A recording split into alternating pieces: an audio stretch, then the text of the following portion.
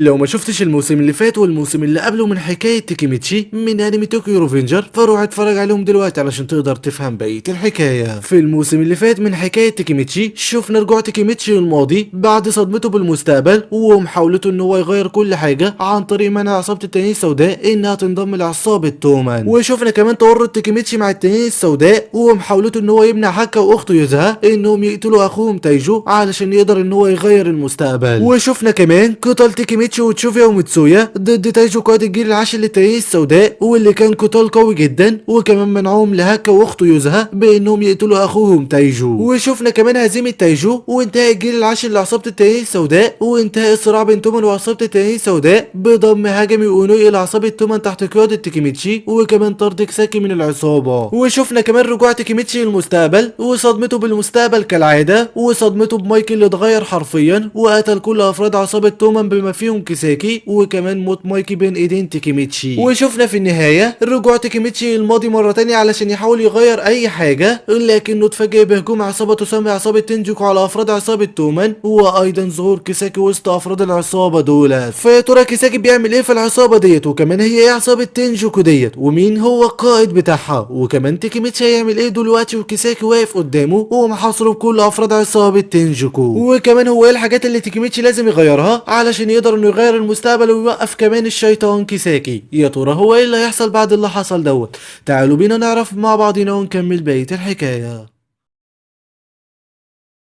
بعد ما ظهر كيساكي قدام تيكيميتشي من وسط افراد عصابة تنجيكو، تيكيميتشي بيكون مصدوم ومش فاهم اي حاجة، لكن كيساكي بيتكلم وبيقول لتيكيميتشي لا تخيب ظني ايها البطل، لان ملحمة كانتو الملحمة الاقوى على وشك انها تبدا. تيكيميتشي بيكون مش فاهم اي حاجة من كلام كيساكي وبيقول له هو انت ازاي انضميت لعصابة تنجيكو وانت اصلا لسه مطرود من عصابة تومان. كيساكي بيضحك وبيقول لتيكيميتشي مش معنى ان انا اتطردت من عصابة تومان يبقى خلاص كده كل حاجة انتهت، انا دلوقتي انضميت لعصابة تنجيكو وكمان انا واحد من الكبار في العصابه ديت، وان انا قررت ان انا اعمل عصابه تومان الخاصه بيا، وان في يوم من الايام مايك هيخسر كل حاجه بيملكها وهيتقبلني وهيوافق على كل حاجه انا بعملها. تيكيميتشي بيكون مش فاهم اي حاجه من اللي كيساكي بيقولها، وبيجي في الوقت دوت هنما وبيقول لكيساكي ان هم لازم يمشوا علشان في حاجه مهمه لازم يعملوها. كيساكي فعلا بيسيب تيكيميتشي وبيروح علشان يمشي مع هنما، لكن قبل ما بيمشي بيقول لتيكيميتشي لا تجعل الامر ينتهي هنا ايها البطل وجعلنا نلتقي مره اخرى.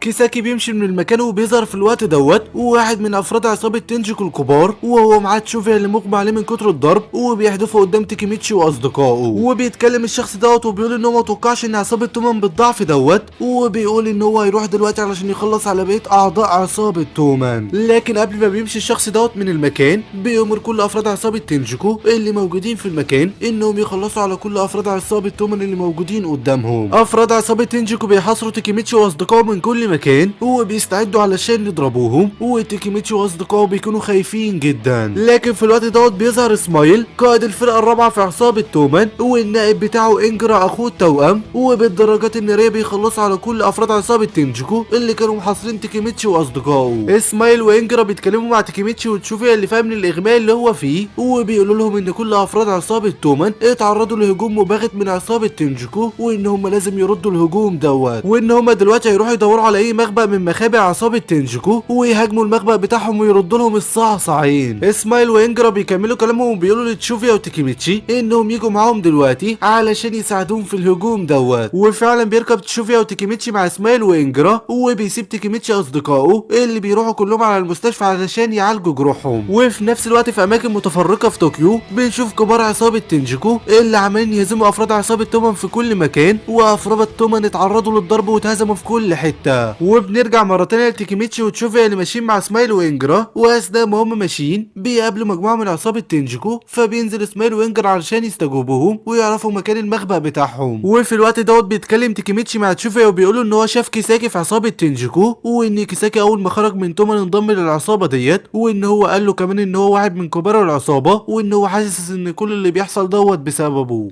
تشوفيا بتصدم اول ما بيسمع كلام تيكيميتشي، وبيقول ان هو كان مفكر ان كل حاجة هتنتهي بعد طرد كيساكي من العصابة، لكن بعد كل اللي حصل في المستقبل وبعد كل اللي بيحصل فكيساكي لسه ما انتهاش. تيكيميتشي بيكمل كلامه وبيقول لتشوفي على كل حاجة كيساكي قالها له، وان في يوم من الايام مايكا هيتقبل كيساكي زي ما هو وهيقبل كل الحاجة بيعملها. تشوفي بيستغرب من الكلام اللي قاله كيساكي لتيكيميتشي، وبيقول تشوفي لتيكيميتشي ان مستحيل مايكا يتقبل كيساكي مهما حصل وايا كانت الظروف هي ايه. لكن في الوقت تيكيميتشي بيفتكر كل المعاناة اللي هو مر بيها، وكل مرة حاول ان هو يغير فيها المستقبل ولكن كان في كل مرة بيفشل. تيكيميتشي بيكمل كلامه وبيقول لتشوفيا ان اكيد في سبب لفشله في كل مرة بيغير فيها المستقبل، وان هو حاسس ومتأكد ان كيساكي بينتقل عبر الزمن هو كمان. تشوفيا بيستغرب ولكن تيكيميتشي بيقول ان هو السبب اللي يفسر هو ليه كل مرة بيغير فيها الماضي المستقبل بيكون اوحش، لان كيساكي هو كمان بيغير كل حاجة، وان لو طلع فعلا كيساكي هو بيعبر عبر الزمن زيه،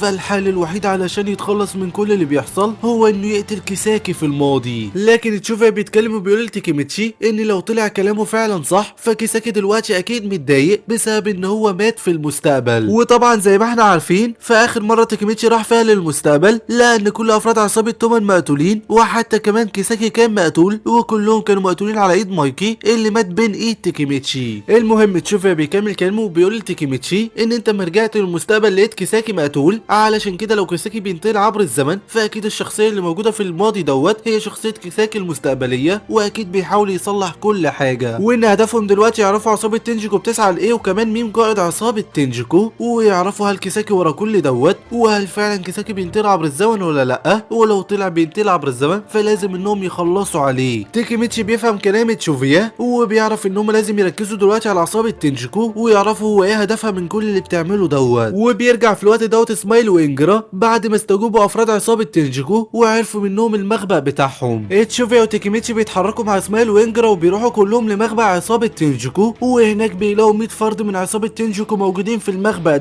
وبيظهر من وسط افراد عصابه تنجيكو وواحد من افراد عصابه تنجيكو الكبار وهو كوكو بيتكلم وبيتريق على تيكيميتشي والباقيين وبيقول لهم ان 4 اشخاص مش هيقدروا انهم يهزموا 100 شخص، وبيأمر كل افراد عصابه تنجيكو اللي موجودين في المكان انهم يخرجوا بره وهو هيهزم الاشخاص دولت لوحده. اسماعيل بيتضايق جدا من اللي كوكو بيعملوه لان كده كوكو بيستخف بيهم، لكن كوكو بيتكلم وبيقول ان هو عايز يقاتلهم كلهم لوحده، واول واحد عايز يقاتله هو تيكيميتشي بيقرب من كوكو علشان يقاتله اول واحد، وعلى عكس المتوقع تيكيميتشي بيقدر انه يضرب كوكو وبيقع كوكو على الارض. تيكيميتشي وكل الموجودين بيكونوا مستغربين من قوه تيكيميتشي، لكن كوكو بيتكلم وبيقول لتيكيميتشي ان انت عمرك ابدا ما هتتغير. وفي الوقت تيكيميتشي بيفتكر كوكو وبيفتكر ان هما الاثنين كانوا اصدقاء في المدرسه الابتدائيه. تيكيميتشي بيكون فرحان جدا لان هو شاف كوكو، وكوكو هو كمان بيكون فرحان ان هو شاف تيكيميتشي، وبيسال تيكيميتشي كوكو عن كيساكي وازاي انضم لعصابه تنجيكو، لكن كوكو ما بيرضاش يقول اي حاجه لتيكيميتشي ومش بيرضى يقول له اي حاجه عن كيساكي، وبيقول كوكو لتيكيميتشي ان هو في الماضي كان معتبره هو البطل بتاعه، لكن دلوقتي البطل بتاعه هو إذنا كوكرو قائد عصابه تنجيكو. تيكيميتشي بيستغرب اول ما بيسمع اسم إذنا لانه ما كانش يعرف ان إذنا هو قائد عصابه تنجيكو، وكوكو بيقول لتيكيميتشي قبل ما يمشي ان هو يخلي باله من الخاين اللي موجود في عصابه تومان. كوكو بيمشي من المكان وتيكيميتشي بيستغرب من كلامه وبيفضل يفكر هل فعلا في خاين في عصابه تومان ولا كوكو بيقول له كده علشان يوتروه بما انهم دلوقتي بقوا اعداء. المهم في نفس اليوم بالليل بيتم عقد اجتماع طارئ لتومان علشان يتشاوروا فيه في كل اللي حصل، لكن قبل ما يبدا الاجتماع تعالوا اعرفكم الاول على عصابه تنجيكو وازاي بتتكون والاشخاص المهمين فيها. في البدايه كده عصابه تنجيكو ديت هي عصابه جديده تم انشائها في مدينه يوكوهاما، وعدد افراد عصابه تنجيكو هم 500 شخص، ومن ضمنهم 4 ملقبين بالاربعه الكبار في تنجيكو، والاربعه الكبار ما نعرفش منهم غير 3 بس لحد دلوقتي، وهم شخص اسمه ميتشيزوكي والاخوه هايتانا وكمان شخص اسمه ماداراما. وبعد الاربعه الكبار بيجي كيساكي تنتا ومساعده في كل جرايبه وهو هنما، وبعدها بيجي كوكو صديق تيكيميتشي، وبعدها بيجي قائد عصابه تنجيكو إذنا كوكرو. وكمان علشان تبقوا عارفين فالاربعه الكبار اللي في عصابه تنجيكو اللي قلنا عليهم بالاضافه كمان الى إذنا كوكرو ال6 اشخاص دولت ملقبين بالجيل شين 62، وشين 62 ديت هي كلمه تشير الى حقبه حصلت في اليابان مليئه بالعصابات. والاربعه الكبار اللي احنا قلنا عليهم بالاضافه كمان الى إذنا قائد العصابه كلهم كانوا من الحقبه ديت، وكلهم كانوا في الماضي عندهم عصابات وكلهم عندهم ماضي مليء بالاجرام. المهم بعد ما عرفنا تكوين عصابه تنجيكو تعالوا بينا نرجع لاجتماع عصابة تومان ونعرف هو ايه اللي هيحصل بالظبط. بعد ما بيبدأ الاجتماع بيبدأ كل افراد عصابة تومان اللي اتعرضوا للضرب من افراد عصابة تنجيكو يقولوا لمايكو ودراكون على كل افراد عصابة تنجيكو اللي اتعرضوا للضرب منهم، وكمان هو ايه اللي حصل معاهم. وبعد ما مايكو ودراكون بيسمعوا كل كلام افراد العصابة بيتكلم مايكو مع كل افراد العصابة وبيقول لهم ان عصابة تومان كده اتعرضت للهزيمة قدام عصابة تنجيكو، ودوت لان عصابة تنجيكو اخدتهم على اخوانا، وان هم طبعا مش هيسامحوا عصابة تنجيكو على اللي هي عملته، وهيبيدوا عصابة تنجيكو في اقرب وقت وهيخلصوا عليها. كل افراد عصابة تومان بيتحمسوا من كلام مايكي وبيقولوا ان هم مستعدين لابادة عصابة تنجيكو، وتيكيميتشي هو الوحيد اللي بيكون خايف جدا من كل اللي بيحصل، لان ممكن يكون كل اللي بيحصل دوت هو اللي كيساكي عايزه يحصل. لكن تشوفي بيقول لتيكيميتشي ان هو دلوقتي يرجع للمستقبل ويشوف هو ايه اللي هيحصل في المعركة اللي هتحصل بين تومان وتنجيكو، وهل هي ديت المعركة اللي هتؤدي للمستقبل اللي هم فيه ولا في حاجة تانية هتحصل. تيكيميتشي فعلا بيسمع كلام تشوفيا وبيرجع للمستقبل عشان يعرف ايه مجريات معركة عصابة تنجيكو وتومان، وكمان يعرف هو ايه اللي بيسعى ليه كيساكي. واول ما تيكيميتشي بيرجع للمستقبل بيحكي كل حاجة حصلت معاه لناتو، وبيقول له كمان عن فرضية ان كيساكي بينتقل عبر الزمن زيه، وكمان عن اذن كوكرو قائد عصابة تنجيكو واللي ما يعرفوش عنه اي حاجة. ناتو بعد ما بيسمع كل كلام تيكيميتشي بيقول لتيكيميتشي ان لو فعلا كلامه طلع صح وطلع كيساكي بينطلع عبر الزمن زيه، فالحل الوحيد انهم يتخلصوا بيه من كيساكي انهم يقتلوه في الماضي. انما بالنسبه لعصابه تنجيكو اللي انت بتقول عليها انها ظهرت في الماضي فهو ما يعرفش عنها اي حاجه، لان انا بحثت في كل سجلات الشرطه وما لقيتش ان في عصابه اسمها تنجيكو ظهرت في الوقت دوت. تيكيميتشي بيستغرب من كلام ناتو وبيقول له ان هو شاف في الماضي عصابه تنجيكو بعينيه، فازاي في المستقبل مفيش اي معلومات بتقول ان كان في عصابه اسمها عصابه تنجيكو في الوقت دوت. ناتو بيكمل كلامه بيقول لتيكيميتشي ان هو فعلا ملهاش اي معلومات عن عصابه تسمى عصابه تنجيكو، لكن لها معلومات عن الشخص اللي قاد عصابه تنجيكو في الماضي واللي هو اذنا كوكرو، وان المعلومات اللي لقاها عن الشخص اللي اسمه اذنا كوكرو دوت بتقول ان اذنا كوكرو في الماضي كان قائد الجيل الثامن لعصابه التنانين السوداء، وان هو حاليا في المستقبل دوت واحد من قاده عصابه تومان. تيكيميتشي بعد ما بيسمع كلام ناتو بيكون مش فاهم اي حاجه ومش فاهم هو ازاي اذنا دوت كان قبل كده قائد الجيل الثامن لعصابه التنانين السوداء، وفي الماضي دلوقتي هو قائد عصابه تنجيكو، وفي المستقبل هو واحد من قوات تومان. ناتو بيكمل كلامه وبيقول لتيكيميتشي ان هو هيروح دلوقتي لمركز الشرطه وهيبحث اكتر عن الشخص اللي اسمه اذنا كوكرو دوت، وكمان هيبحث عن عصابه تنجيكو يمكن يعرف عنهم حاجه اكتر من اللي هم عرفوها. تيكيميتشي بيوافق على كلام ناتو وبيقول له ان هو كمان هيدور على اي معلومات ومش هيفضل قاعد كده، وبيروح فعلا تيكيميتشي علشان يدور على اي معلومات، لكنه طبعا بيكون مش عارف يلاقي المعلومات فين، وبيفضل يمشي لحد ما بيدخل الكنيسه اللي اتقاتل فيها مع التنانين السوداء في الماضي. تيكيميتشي بيقعد في الكنيسه وبيفضل يفتكر كل المعركه اللي حصلت بينه وبين التنانين السوداء وازاي قدروا انهم يهزموا تايجو قائد الجيل العاشر للتنانين السوداء. لكن فجاه واثناء ما تيكيميتشي قاعد بيفكر بيسمع شخص قاعد جنبه الناحيه التانيه بيقول لتيكيميتشي ان هو يوطي صوته، لان تيكيميتشي كان قاعد بيفكر بصوت عالي. تيكيميتشي بيبص على الشخص اللي قاله ان هو يوطي صوته وبيلاقي ان الشخص دوت هو تايجو قائد الجيل العاشر للتنانين السوداء اللي تعرض للهزيمه في الماضي على ايد تيكيميتشي. تيكيميتشي بيتصدم اول ما بيشوف تايجو، لكن بيعرف ان ديت هي الفرصه المناسبه علشان يعرف اي معلومات عن اذنا كوكرو وكمان عن عصابه تومان اللي في المستقبل دوت. تيكيميتشي بيتكلم وبيقول لتايجو ان هو عايز يعرف معلومات عن اذنا كوكرو وازاي اذنا كوكرو كان قائد الجيل الثامن للتنانين السوداء وبعدها بقى قائد عصابه تنجيكو ودلوقتي هو قائد في عصابه تومان. تايجو بيستغرب لان تيكيميتشي عايز يعرف منه كل المعلومات ديت، لكنه بيقرر في النهايه ان هو يساعده ويقول له على المعلومات اللي هو عايزها، لكن في مقابل ان تيكيميتشي يقول له برضك على كل المعلومات اللي هو يعرفها عن عصابه تومان، ودوت لان تايجو عايز ينتقم لاخوه هكا اللي مات على ايد افراد عصابه تومان في المستقبل اللي هم فيه دوت، وعايز ينتقم من عصابه تومان كلها. المهم بيروح تيكيميتشي وتايجو وكمان ناتو بينضم ليهم لاحد المطاعم واللي بيتضح ان هو مطعم تايجو علشان يتبادلوا كلهم المعلومات مع بعضيهم. تيكيميتشي بيتكلم وبيقول لتايجو ان هو عايز يعرف كل حاجه عن الشخص اللي اسمه اذنا كوكرو وايه علاقته بالتنانين السوداء وكمان ازاي بقى قائد في عصابه تومان. تايجو بيتكلم وبيقول لتيكيميتشي ان هو علشان يعرف هو ايه علاقه اذنا كوكرو بعصابه التنانين السوداء لازم يعرف هي ايه عصابه التنانين السوداء ديت اصلا ومين هو اللي اسس عصابه التنانين السوداء من الاساس. تايجو بيتكلم وبيقول ان الشخص اللي اسس عصابه التنانين السوداء وخلى في حاجه اصلا اسمها التنانين السوداء هو اخو مايكي شينيتشرو. تيكيميتشي بيستغرب من كلام تايجو وبيفتكر كلام مايكي ما قال له ان اخو شينيتشرو كان عنده عصابه والعصابه ديت كانت كانت من اقوى العصابات في طوكيو كلها. تايجو بيكمل كلامه وبيقول لتيكيميتشي ان عصابة التنين السوداء في عهد شينيتشرو تربعت على عيش طوكيو وبقت من اقوى العصابات في اليابان كلها. لكن بعد ما انتهت حقبة اخو مايكي شينيتشرو اتأسس الجيل التاني لعصابة التنين السوداء، وبعدها الجيل التالت، وبعد التالت الرابع والخامس لحد ما وصلوا للجيل الثامن واللي كان القائد بتاعه هو إزنا كوكرو. لكن برغم ان إزنا كان هو قائد الجيل الثامن الا ان الجيل الثامن انتهى بسرعة وجي بعد الجيل التاسع، وبعد التاسع جه الجيل العاشر اللي طبعا تايجو كان هو القائد بتاعه. تيكيميتشي طبعا بيكون مصدوم من كل المعلومات اللي عمال يسمعها، وتايجو بيكمل كلامه وبيقول لتيكيميتشي ان إزنا كوكرو بعد ما ساب عصابة التنين السوداء ب3 سنين اسس عصابة تنجيكو واللي كانت بتضم اشخاص من الجيل شين 62، وان عصابة تنجيكو اتقاتلت مع عصابة تومان قتال قوي جدا، ونهاية القتال دوت ادت ان إزنا كوكرو يبقى دلوقتي واحد من قادة تومان. تيكيميتشي وناتو بيستغربوا اكتر واكتر من الكلام اللي بيقوله تايجو، وبيسأل تيكيميتشي تايجو هو ايه اللي حصل في المعركة ديت بالظبط. تايجو بيستغرب لان تيكيميتشي بيسأله سؤال زي دوت رغم ان هو من الاشخاص اللي قتلوا في المعركة ديت، وبيقول تايجو ان المعركة ديت قوية جدا وكانت تسمى بملحمة كانتو، وكانت من اقوى المعارك اللي تومان دخلتها في التاريخ، وان المعركة ديت من كتر قوتها مفيش اي عصابة هزمت التانية، وعصابة تنجيكو وعصابة تومان اتعادلوا هما الاتنين وانتهت المعركة بينهم بصفقة، والصفقة ديت هي ان عصابة تنجيكو هتنضم لعصابة تومان، وهيبقى رقم 1 في العصابة هو مايكي، ورقم 2 هو كيساكي، ورقم 3 هو إزنا كوكرو. تيكيميتشي بيتصدم اول ما بيسمع كلام تايجو، وبيفتكر ان كيساكي قال له في الماضي ان ملحمة كانتو على وشك انها تبدأ، وبيعرف ان كل اللي بيحصل في الماضي دوت هو من تخطيط كيساكي علشان يقدر ان هو يسيطر على تومان. لكن تيكيميتشي بيستغرب اكتر واكتر لان فعلا لو دوت هدف كيساكي فازاي كيساكي ميت في الوقت اللي هما فيه دلوقتي، وكمان إزنا كوكرو هو اللي بيحكم عصابة تومان مش كيساكي هو اللي مسيطر عليها. لكن ناتو بيتكلم في الوقت دوت وبيقول لتيكيميتشي على المعلومات اللي قدر ان هو يجمعها من مركز الشرطة، وبيقول له ان هو عرف ان كيساكي اصلا عايش في المستقبل اللي هما فيه، وان هو مش ميت زي ما قال له قبل كده، وان هو اكتشف من سجلات الشرطة ان إزنا كوكرو دوت شخص قوي جدا وليه سلطة عالية جدا على الشرطة لدرجة ان هو زي في موت كيساكي، وكمان محى كل المعلومات بتاعته من سجلات الشرطة علشان كده هما ما كانوش لاقيين معلومات عن عصابة تنجيكو.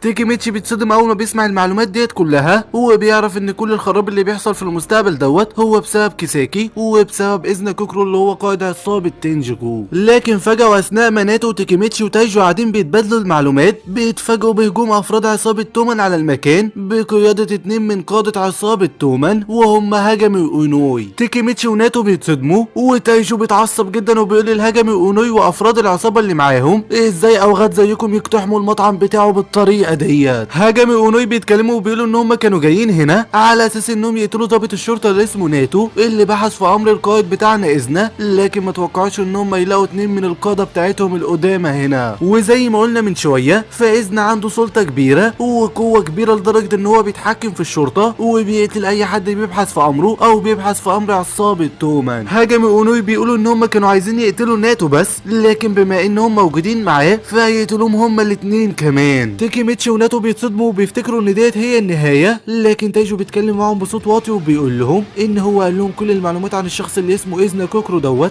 لكن نسي يقول لهم على معلومة مهمة، والمعلومة ديت ان مايكي بيثق في إزنا ثقة عمياء وان في صلة بتربطهم مع بعضيهم، وان هو مش هيقدر انه يشرح لهم هي ايه الصلة اللي بتربط مايكي وإزنا مع بعضيهم دلوقتي، علشان كده يهربوا من الباب الخلفي وهو هيخلص على اوغاد تومان دولت. تيكيميتشي وناتو فعلا بيهربوا من الباب الخلفي وبيحاول افراد تومان انهم يجروا وراهم، لكن تايجو بيضربهم وبيوقفهم كلهم مكانهم. تايجو بيتكلم مع هاجامي اونوي وبيقول لهم ان هو بقاله كتير ما دخلش في قتالات فبيتمنى القتال بتاعهم يكون ممتع. تيكيميتشي وناتو بيكونوا خرجوا بره المكان وعمالين يجروا عشان يبعدوا بعيد المكان نهائيا وافراد تومان ما يعرفوش انهم يمسكوهم، لكن تيكيميتشي الغبي بيقف فجأة وبيتكلم مع ناتو وبيقول له ان هو لازم يرجع يتكلم مع هاجامي اونوي لان هاجامي اونوي في الماضي كانوا تحت قيادته في الفرقة الاولى في عصابة تومان فممكن يساعدوه يقولوا له على اي معلومات. ناتو بيحذر تيكيميتشي ان هو يرجع علشان كده ممكن يقتلوه، لكن قبل ما تيكيميتشي حتى يتحرك بيظهر من الشارع الجانبي جنب تيكيميتشي كيساكي تنتا وبيضرب تيكيميتشي بالنار، لكن ناتو بيتدخل وبياخد الطلقة بدل تيكيميتشي وبيقع ناتو على الارض وهو بينزف وبيلقط انفاسه الاخيرة. تيكيميتشي بيتصدم اول ما بيشوف كيساكي وبيتصدم من اللي حصل لناتو، وبيظهر في الوقت دوت شخص بيتكلم مع كيساكي وبيقول له ان هو اللي كان عايز يقتل ناتو بايديه، وبيتضح ان الشخص ده دوت هو إذنا كوكرو، وهو وكيساكي هم قادة عصابة تومان في المستقبل دوت. إذنا بيتكلم مع تاكيميتشي وناتو وبيقول لهم ان انتم الاتنين قتلتوا مايكي، وكمان بتحاولوا ان انتم تبحثوا في امر عصابة تومان، علشان كده لازم تموتوا. إذنا بيأمر المساعد بتاعه اللي هو كوكو اللي كان صديق تاكيميتشي ان هو يقتل تاكيميتشي هو كمان. وفعلا كوكو بيطلع المسدس وبيضرب تاكيميتشي بالنار، ومش بيفكر حتى ان تاكيميتشي في يوم من الايام كان صديقه في الابتدائية. إذنا وكوكو وكيساكي بيمشوا من المكان، وتاكيميتشي وناتو بيفضلوا واقعين على الارض وعمالين ينزفوا في الدماء، وبيلقطوا هما الاتنين انفاسهم الاخيرة. تاكيميتشي بيعيط وبيقول ان خلاص هي ديت النهاية، وان هو ما قدرش ان هو ينقذ اي حد، وان هو خلاص كمان هيموت. لكن ناتو بيتكلم وبيقول لتاكيميتشي انه في اول مرة قابله فيها كان مفكر ان هو شخص فاشل ومستحيل ان هو يقدر ينقذ اخته، وما كانش بيثق فيه ابدا. لكنه غير رايه دوت كله اول ما لقى عمال يحاول ان هو يغير المستقبل، برغم ان هو كان بيفشل، وعرف ساعتها ان هو البطل الحقيقي اللي هينقذ الجميع. ناتو بيمد ايديه لتاكيميتشي وبيسلم عليه، وبيقول له ان كل حاجه لسه ما انتهتش، وان هو قادر انه يغير كل اللي حصل دوت. تاكيميتشي بيرجع للماضي، واول ما بيرجع للماضي بيجري على بيت ناتو، وبيقابل ناتو الصغير وبيحاول ان هو يسلم عليه ويشوف اذا كان هيقدر انه يرجع للمستقبل مره تانية ولا لا. لكن خلاص بما ان تاكيميتشي مات في المستقبل وكمان ناتو الكبير مات في المستقبل، فكده تاكيميتشي مش هيقدر انه يرجع ابدا للمستقبل، وبقى محبوس في الماضي. تاكيميتشي في الوقت دوت بيتصدم وبيدخل في دوامه من الحزن، وبيقعد في احد الاماكن وبيفضل يفتكر كل المعاناه اللي هو مر بيها وكل الحاجات اللي عملها بس علشان يغير المستقبل. لكن واثناء ما تاكيميتشي قاعد وعمال يلوم في نفسه ويقول ان هو مستحيل يغير المستقبل المره دي، بيتفاجئ بهناتا اللي كانت قاعده وراه وسمعت كل حاجه بيقولها، وعرفت ان تاكيميتشي جاي من المستقبل، وعرفت كل اللي بيعمله. تاكيميتشي بيتصدم لان هناتا سمعت كل حاجه وعرفت حقيقته، ودوت ممكن ياثر على المستقبل. لكن هناتا بتقول لتاكيميتشي ان هي حتى لو ماتت في المستقبل فهي هتكون فرحانه لان في شخص بيعمل كل دوت عشانها، وان هو يعتبرها انها ما سمعتش اي حاجه وما عرفتش اي حاجه من اللي هو قالها، وان هي واثقه فيه جدا وعارفه ان هو هينجح المره دي. هناتا بتمشي وبتسيب تاكيميتشي، وتاكيميتشي بيرجع له الحماس مره تانية بعد ما حب حياته شجعته، وبيقول تاكيميتشي انه بعد المعلومات اللي جمعها من المستقبل فهم هو ايه اللي بيحصل بالظبط. وباختصار اللي تاكيميتشي فهمه هو ان عصابه تومان هتتغير في المستقبل بسبب ان عصابه تنجو هتنضم ليها، وان مايكي كمان هيتغير بسبب ان اذنا هيكون بيتحكم فيه، وان اذنا هيتحكم في مايكي وهيخليه يقتل كل افراد عصابه تومان السابقين زي ما شفنا قبل كده في المستقبل. ومايكي مش هيقدر ان هو يرفض له اي حاجه لان في صله بتربط اذنا ومايكي مع بعضيهم،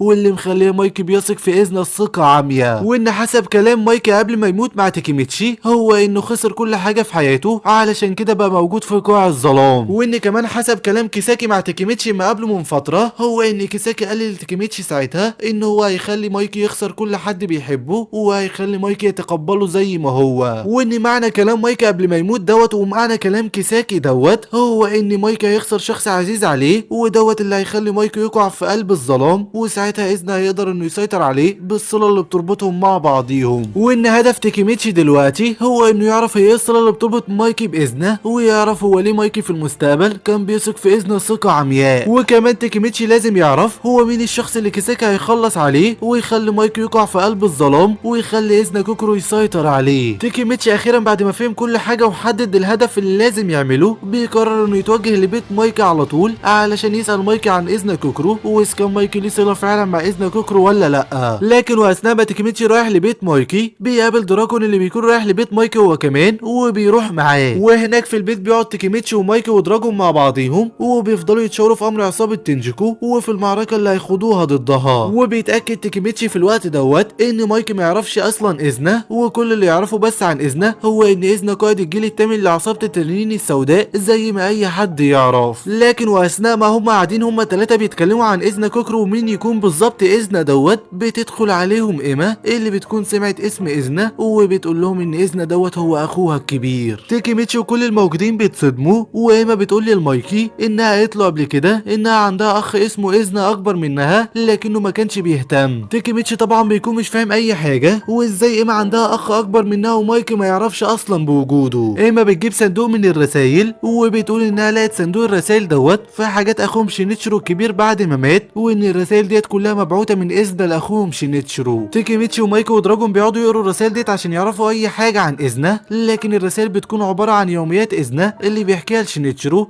وانه كمان بيشكر شينيتشيرو لان هو بيزوره في دار الايتام. لكن برغم كده كان في رسائل من ضمن الرسائل الكتير ديت بيتكلم فيها إذنا مع شينيتشيرو، بيقول له ان هو بيكره مايكي جدا، وان هو بيكرهه لان هو سرق منه كل حاجه، وان هو ما يتكلمش على مايكي قدامه. كل الموجودين بيستغربوا اول ما بيقروا الرسائل اللي إذنا بيحكد فيها على مايكي، ومايكي اول ما بيسمع الرسائل ديت بياخد بعضه وبيمشي. وتيكيميتشي بيفهم من الرسائل ديت ان إذنا بيكره مايكي لانه سرق منه كل حاجه في حياته. وطبعا انتوا اكيد مش فاهمين اي حاجه، ومش فاهمين هو ازاي ايما عندها اخ اسمه إذنا ومايكي اخوها ما يعرفش، وكمان مش فاهمين هو ايه علاقه شينيتشيرو بإذنا، وكمان هو ليه إذنا بيحقد على مايكي. وباختصار علشان نفهم كل دوت لازم نفهم عيله مايكي بتتكون ازاي. في البدايه كده مايكي وشينيتشيرو هما الاتنين اخوات زي ما احنا عارفين، ولكن امهم وابوهم متوفيين وعايشين مع جدهم في البيت بتاعه. وبيت جدهم دوت ما كانش بيت وبس، انما هو كمان كان مركز تدريب لتعليم الاطفال الفنون القتاليه، وكمان لرعايه الاطفال اليتامى اللي اهلهم بيستغنوا عنهم. فجد مايكي وشينيتشيرو اللي هم عايشين معاه كان بياخد الاطفال اللي اهلهم بيرموهم وبيستغنى عنهم وبيربيهم وبيعيشوا مع مايكي وشينيتشيرو على اساس انهم اخواتهم. وان من ضمن الاشخاص اللي اتربوا مع مايكي وشينيتشيرو هو باجي، قائد الفرقه الاولى في عصابه تومان في الماضي اللي مات على ايد كيساكي، وايما اللي امها استغنت عنها. يعني باختصار ايما هي اخت مايكي وشينيتشيرو لانها بس اتربت معاهم ومفيش اي صله دم بتربطهم، واخو ايما الحقيقي هو إذنا. وبمناسبه إذنا فامه استغنت عنه على طول بعد ما استغنت عن ايما، لكن ودته لدار ايتام ومرضتش انها تسيبه مع جد مايكي. وفضل إذنا عايش في دار الايتام وهو ما عندوش اصدقاء خالص غير صديق واحد بس، واللي هو كوكو، واللي اتعرف عليه في الدار، وما كانش اي حد بيزوره ولا اي حد بيعبره. لكن شينيتشيرو اللي كان كبير في الوقت دوت وفاهم كل حاجه كان دايما بيحاول انه يخفف عن ايما ان امها استغنت عنها، وكان دايما بيزور إذنا في الدار علشان يعرفوا ان في حد بيسأل عليه. ومع تكرار زيارات شينيتشيرو لإذنا، إذنا بقى يعتبر شينيتشيرو كل حاجه في حياته واهم حاجه في حياته، وكان دايما بيبعت له رسائل عن يومياته، وهو فرحان جدا ان هو عنده اخ اكبر منه. ومع مرور السنين وبعد ما إذنا كبر وخرج من الدار اتكلم مع شينيتشيرو وقال له ان هو عايز يعمل جيل جديد لعصابه التنين السوداء، وطلب من شينيتشيرو ان هو يديله الموافقه على كده لان شينيتشيرو هو مؤسس العصابه. وفعلا شينيتشيرو وافق ان إذنا يعمل جيل جديد للعصابه واللي هو كان الجيل الثامن. لكن شينيتشيرو قال لإذنا ان الجيل بتاعك دوت مش لازم يدوم لوقت طويل لان هو قرر انه يسيب عصابه التنين السوداء لاخوه مايكي. إذنا طبعا في الوقت دوت اتصدم صدمه كبيره وما كانش مصدق ان شينيتشيرو عنده اخ اسمه مايكي، وانه كمان بيحب اخوه مايكي دوت اكتر منه وهيسيب له العصابه كمان من بعده. ومن اليوم دوت إذنا بدا ان هو يكره مايكي كره كبير لانه شايف ان شينيتشيرو الشخص اللي بيعتبره كل حاجه في حياته بيحب مايكي اكتر منه،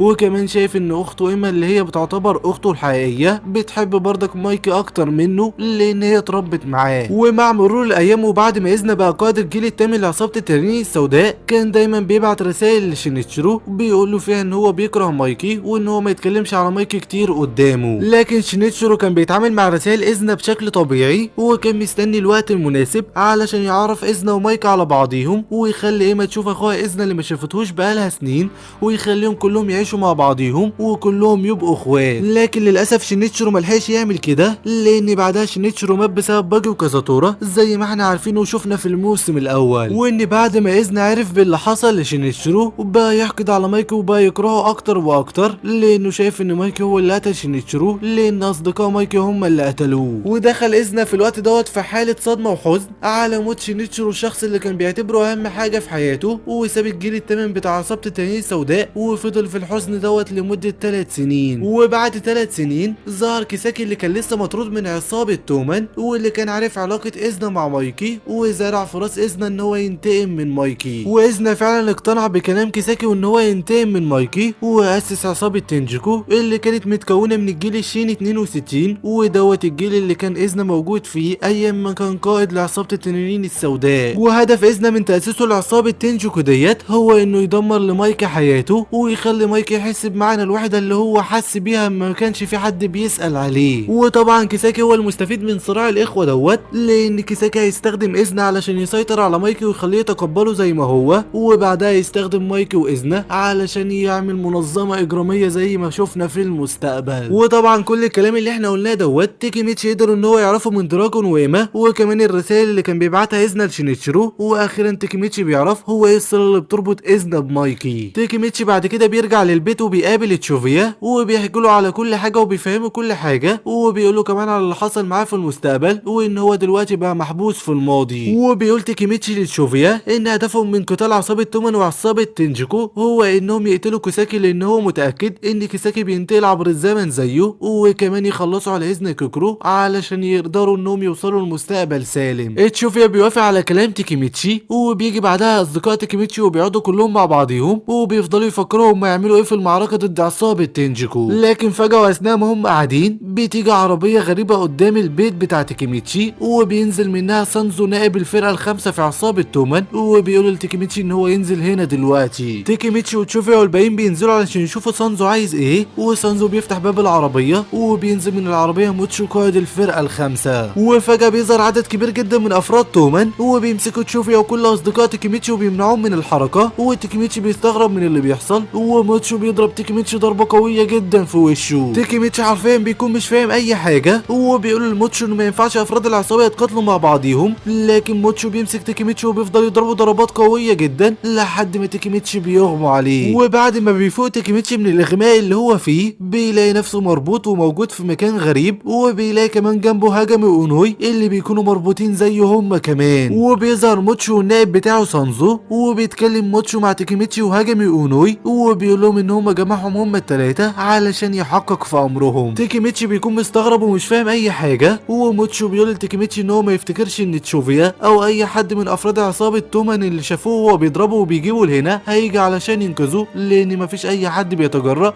انه يتدخل في شغل الفرقه الخامسه، ودوت لان الفرقه الخامسه ليها مكانه مميزه في تومان، والفرقه الخامسه هي الوحيده اللي تحلها تعمل اي حاجه في العصابه، لان الفرقه ديت هي فرقه الاستخبارات واللي بتكشف عن الخونه اللي موجودين في العصابه. تيكيميتشي وهاجامي واونوي بيتصدموا من كلام موتشو، وبيفتكروا ان موتشو بيتهمهم بالخيانه وان هو جايبهم هنا لان هو بيشك فيهم وفاكرهم كلهم خونه. لكن موتشو بيكمل كلامه وبيقول لهم ان هو مش بيتهمهم بالخيانه، وان هو بس بيقول لهم على مكانته في عصابه تومان، وان انا جبتكم انتوا الثلاثه بس هنا علشان استخدمك يا تيكيميتشي انت واونوي، واجبر هاجامي ان هو ينضم لعصابه تنجيكو. تيكيميتشي وهاجامي واونوي بيستغربوا من كلام موتشو، لكن موتشو بيبدا ان هو يعرف بنفسه وبيقول لهم هو مين بالظبط، وبيتضح ان موتشو من الجيل شين 62 وهو الشخص الرابع اللي احنا ما كناش نعرفه في الاربعه الكبار في عصابه تنجيكو، وان هو ذات نفسه الخاين اللي قال عليه كوكو صديق تيكيميتشي لتيكيميتشي وحذره منه، ولكن تيكيميتشي ما كانش مصدقه. تيكيميتشي وهاجامي واونوي هما الثلاثه مصدومين ومش مصدقين ان قائد الفرقه الخامسه طلع في الاخر خاين وهيخون عصابه تومان وهيروح لعصابه تنجيكو. موتشو بيتكلم وبيقول ان هو ما كانش ناوي يخون مايكي ولا يخون عصابه تومان، لكنه يعرف اذنه من قبل ما يعرف مايكي ومن قبل ما يعرف عصابه تومان، وان هما الاثنين كانوا مع بعضهم في الجيل شين 62 علشان كده لازم ان هو ينضم لاذنه. موتشو بيبص لهاجامي وبيقول له هل هو هينضم لعصابه تنجيكو زي ما طلب منه ولا يقتل تيكيميتشي ويقتل اينوي. تيكيميتشي بردك مش فاهم اي حاجه ومش فاهم هو ليه موتشو عايز يضم هاجامي لعصابه تنجيكو بالعافيه. موتشو بيتكلم وبيفهم تيكيميتشي كل حاجه، وبيقولوا ان هدف اذنه من كل اللي بيعمله دوت انه يعمل اكبر واقوى منظمه اجراميه في اليابان كلها، وان علشان يقدر اذنه يعمل كده محتاج 3 حاجات بس. الحاجه الاولى هي كاريزما مايكي وقوته في قياده العصابه، والحاجه الثانيه هي عبقريه كيساكي والخطط الخبيثه اللي بيعملها، والحاجه الثالثه هي الاموال اللي بيعملها هاجامي. وبيتضح في الوقت دوت ان هاجامي هو الشخص الوحيد اللي في عالم العصابات اللي بيقدر حرفيا انه يطلع الفلوس من الهواء. وبيتضح ان في الماضي هاجامي اتعرض لصدمه كبيره في حياته، والصدمه ديت ان حبيبته ماتت، واللي هي بالمناسبه كانت اخت اينوي، بعد ما قدرتش انها تعمل عمليه معينه في وقت مناسب بسبب الفلوس، وان من ساعتها حس هاجامي ان اهم حاجه في حياته هي الفلوس، وبدا انه يتعلم حاجات كتير جدا عن كسب الفلوس بطريقه غير شرعيه، وعمل فلوس كتير جدا وساعد في عصابات كتير جدا في كسب الفلوس، ودوت هو السبب اللي مخلي اذنه عايز يضم هاجامي لعصابه تنجيكو علشان يخليه في صفه ويقدر انه يستغله في عمل فلوس كتير جدا لحد ما يوصل لهدفه. تيكيميتشي بيتصدم بعد ما بيسمع كلام موتشو، وبيعرف هو ليه هاجامي كان موجود في عصابه تومان في المستقبل هو واينوي. موتشو بيكمل كلامه وبيقول لهاجامي ان هو دلوقتي يقرر اذا كان هيمشي معاه وينضم لعصابه تنجيكو ولا يقتل تيكيميتشي واينوي. هنا هاجامي بيكون مش عارف يعمل ايه، مش عارف ينضم لعصابه تنجيكو ويخون تومان هو كمان ولا يعمل ايه بالظبط في الموقف دوت. لكن تيكيميتشي بيزعق في موتشو وبيقول له ان هاجامي واحد من افراد الفرقه الاولى في عصابه تومان، وان هو قائد الفرقه الاولى كده، علشان كده مش هيسمح له ابدا ان هو ياخد واحد من افراد الفرقه بتاعته. تيكيميتشي بيقف على رجله وهو كله حماس، وبيقول له لموتشو ان هو مش هيسمح له انه يمس هاجامي واونوي باي اذى، لانهم من افراد الفرقه الاولى وهو قائد الفرقه الاولى وهيحميهم هنا حتى لو تكلف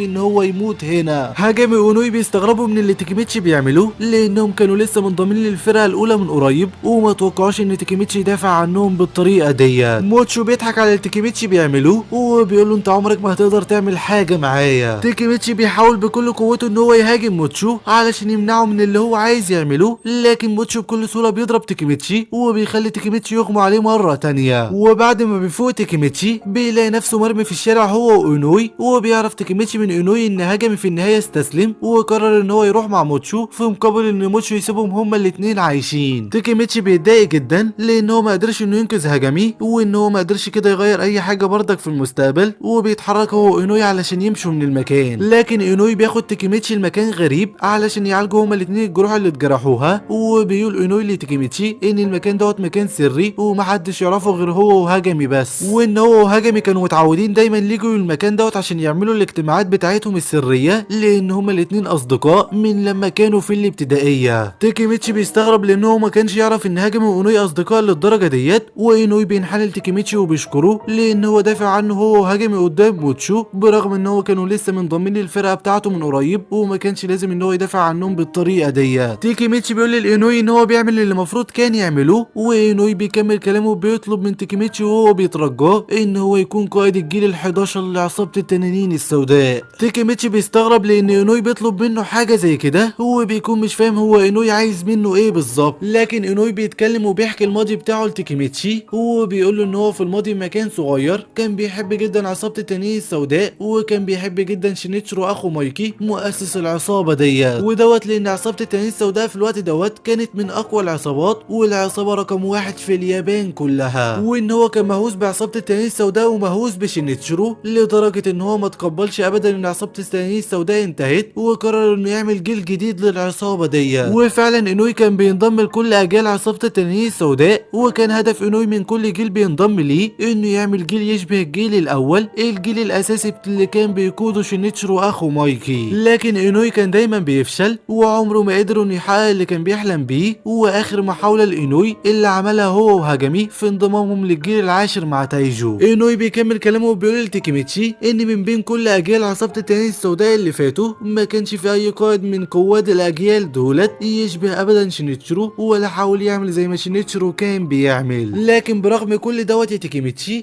فانت الوحيد اللي شفتك ان انت بتشبه شينيتشرو، لان انت عمرك ما استسلمت ابدا، علشان كده انا بطلب منك ان انت تكون قائد الجيل ال11 لعصابه التنانين السوداء. تيكيميتشي بعد ما بيسمع كل القصه بتاعت اونوي ديت بيوافق ان هو يكون قائد الجيل ال11 لعصابه التنانين السوداء، وكمان في نفس الوقت هو قائد الفرقه الاولى في عصابه تومان. وتيكيميتشي قرر ان هو يكون قائد الجيل ال11 لعصابه التنانين السوداء مش عشان قصه اونوي، انما عشان يحط حد للعصابه ديت، وان مش كل شويه حد يظهر ويعمل جيل جديد للعصابه ديت ويسبب المشاكل، علشان كده هو وافق انه يكون قائد الجيل ال11 علشان يحط حد لكل دوت. اونوي طبعا بيفرح جدا لان تيكيميتشي وافق انه يكون قائد الجيل ال11 لعصابه التنانين السوداء، وبيقول ان هو هيكون فخور جدا ان يكون عنده قائد زيه، وبيقول لتيكيميتشي ان هو هيحميه بحياته. وبعد كل اللي حصل دوت بيروح تيكيميتشي والفرقه بتاعته الاولى وبيقولوا لمايك على كل اللي حصل معاهم وعن خيانه موتشو قائد الفرقه الخامسه. مايكي بيتضايق من اللي حصل وبيقول لتيكيميتشي ان النهارده هيكون في اجتماع لتومان، ودوت هو الاجتماع اللي قبل المعركه ضد عصابه تنجيكو. وبيجي فعلا وقت الاجتماع وبيحضر كل افراد عصابه تومان لمقر تومان علشان الاجتماع خلاص هيبدا، لكن ميتسويا قائد الفرقه الثانيه واسمايل قائد الفرقه الرابعه ما بيجوش للاجتماع وبيتاخروا. مايكي بيستغرب لان ميتسويا واسمايل لسه ما جوش، لكن بيجي في الوقت دوت هاكا نائب الفرقه الثانيه وبيقولوا لكل افراد عصابه تومان ان اسمايل وميتسويا دخلوا المستشفى. كل افراد تومان بيستغربوا، لكن هاكا بيكمل كلامه وبيقول ان افراد عصابه تنجيكو هجموا على ميتسويا واسمايل وهم في طريقهم لهنا وضربوهم ضرب شديد وخلوهم يدخلوا هما الاثنين المستشفى، وان كده اسمايل وميتسويا مش هيقاتلوا معاهم في المعركه ضد عصابه تنجيكو، وان عصابه تنجيكو اتمدت بشكل كبير، ومن ساعه ما جيهم لطوكيو وهم عاملين يهاجموا كل افراد تومان في كل مكان، وان كل اللي بتعمله عصابه تنجيكو ديت هي العاب رخيصه علشان تقضي على تومان، وان احنا لازم نعمل نفس الالعاب اللي عصابه تنجيكو بتعملها ونقضي على عصابه تنجيكو ونستخدم الاسلحه في قتالها. كل افراد تومان بيوافقوا بيوافقوا على كلام هكا وبيقولوا ان هم لازم يستخدموا الاسلحه في قتال عصابه تنجكو وكمان يعملوا نفس الالعاب الرخيصه اللي هي بتعملها. لكن با نائب الفرقه الثالثه بيزعق في كل افراد تومان وبيزعق في هكا وبيقول لهم ان مش ديت هي سام عصابه تومان وان مش سيامنا ان احنا نقاتل بالاسلحه وكمان نستخدم الحيل الخبيثه من اجل هزيمه اعدائنا وان استخدامنا للحيل الخبيثه واستخدامنا للاسلحه في قتال اعدائنا مش هيؤدي غير لحاجه واحده بس وهو انهيار عصابه تومان وان القائد بتاعه قائد الفرقه الثالثه باتشان